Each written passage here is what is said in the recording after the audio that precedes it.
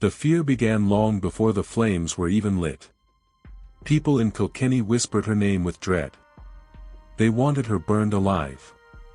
Every corner of the town seemed ready to watch, hungry for horror. They prepared the stake, collected the wood, and gathered the crowd. The very idea of her facing the fire sent shivers through everyone, even those who had never met her. Alice Kyteler was not an ordinary woman. She was wealthy, smart, and fiercely independent, a rare sight in medieval Ireland. Her power made people uneasy. She married multiple times, and with each husband's sudden death, suspicion grew. The town began to see her not just as a woman, but as a force that could bend fate itself. Her wealth seemed untouchable. She controlled lands, money, and influence that many men could only dream of. But instead of admiration, this power sparked envy and fear. People whispered that her fortune could only come from dark sources, that her charm hid sinister secrets. Every glance at her home, every late-night flicker of light from her windows, became proof of something evil. Neighbors started pointing fingers. Every unexplained illness, every failed crop, every sudden death in the village became Alice's fault. She became a symbol of danger, a woman who defied the rules, a woman who could not be controlled. Fear turned into obsession. Even those who had no reason to suspect her felt a chill when her name was mentioned. The church declared her a witch, and suddenly the rumors of poison and demons were no longer just gossip, they became law. Alice was now a threat that had to be stopped. The fire, the public shame, the punishment everyone feared, they were all being prepared, because a woman like her could not exist in their world. Whispers of fear quickly became open accusations. Alice Kyteler was no longer just a suspicious figure, she was a criminal in the eyes of her neighbors and the church. People claimed she practiced black magic, summoned demons, and performed secret rituals under the cover of night. Her every action, no matter how ordinary, was twisted into proof of evil.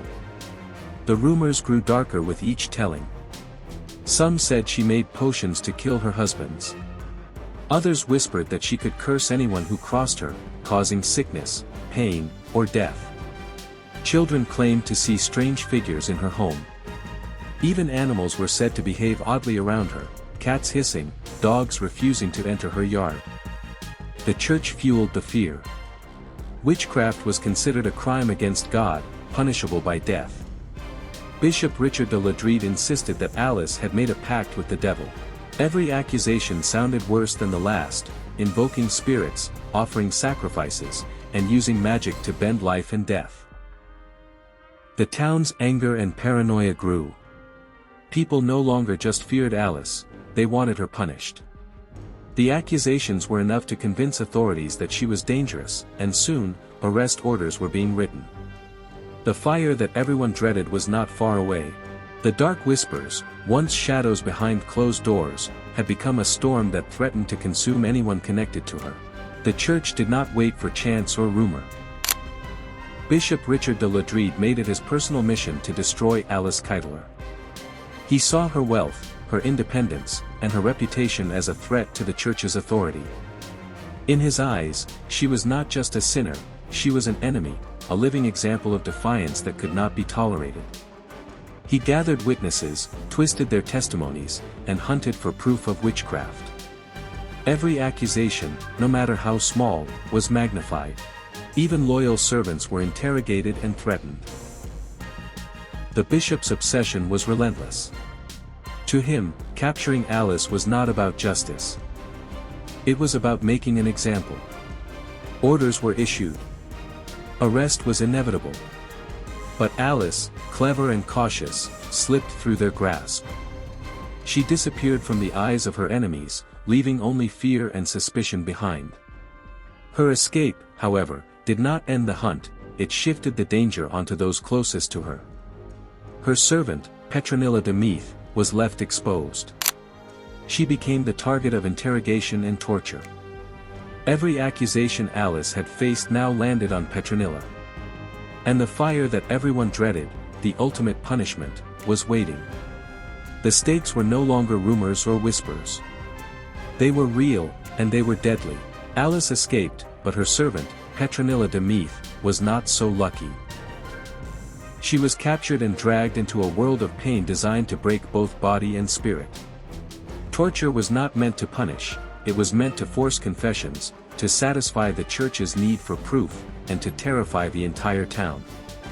Petronilla endured endless interrogations. Every question, every accusation was repeated with cruelty. She was beaten, whipped, and threatened. Pain was everywhere, seeping into her bones, while fear invaded every thought.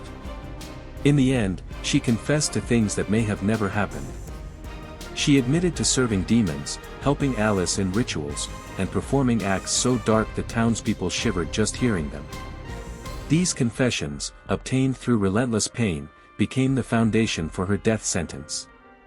Each word she spoke painted a picture of horror, rituals, sacrifices, and demonic obedience.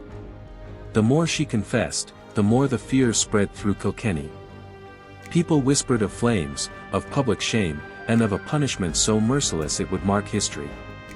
The stage was set. The fire waited. The crowd waited. And the terror of what was coming loomed over every soul in the town. The day of the execution arrived. Petronilla de Meath, the servant who had been forced to confess, was dragged into the open, tied tightly to a wooden stake. The crowd gathered, hungry for horror, their eyes fixed on the woman who had been accused of unimaginable crimes. Whispers filled the air, some full of fear, some with cruel excitement. Before the fire, she was whipped. Every lash tore her flesh, leaving pain etched across her body.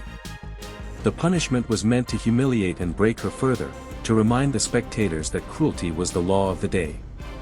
Each scream echoed through the streets, mixing with the murmur of the fearful and the fascinated. Then came the fire. Flames were lit beneath the stake, licking upward. Smoke curled around her, and the heat grew unbearable. The pain was immediate, overwhelming, relentless. She burned alive while the crowd watched, powerless to stop it. Every crackle of the fire was a reminder that mercy had no place here. The execution was not quick. The flames consumed her slowly, leaving no doubt of her suffering. The terror of fire, pain, and death was absolute. The message was clear: accusations of witchcraft would be punished with the utmost cruelty, and no one, even a loyal servant, was safe. Even as her body was reduced to ashes, the fear she inspired lingered. The fire was meant for Alice Kyteler, but it claimed someone else instead. The horror was complete, and the town would never forget it. While Petronilla burned, Alice Kyteler vanished from sight. She had escaped the flames, slipping through the grasp of the church and the angry townspeople.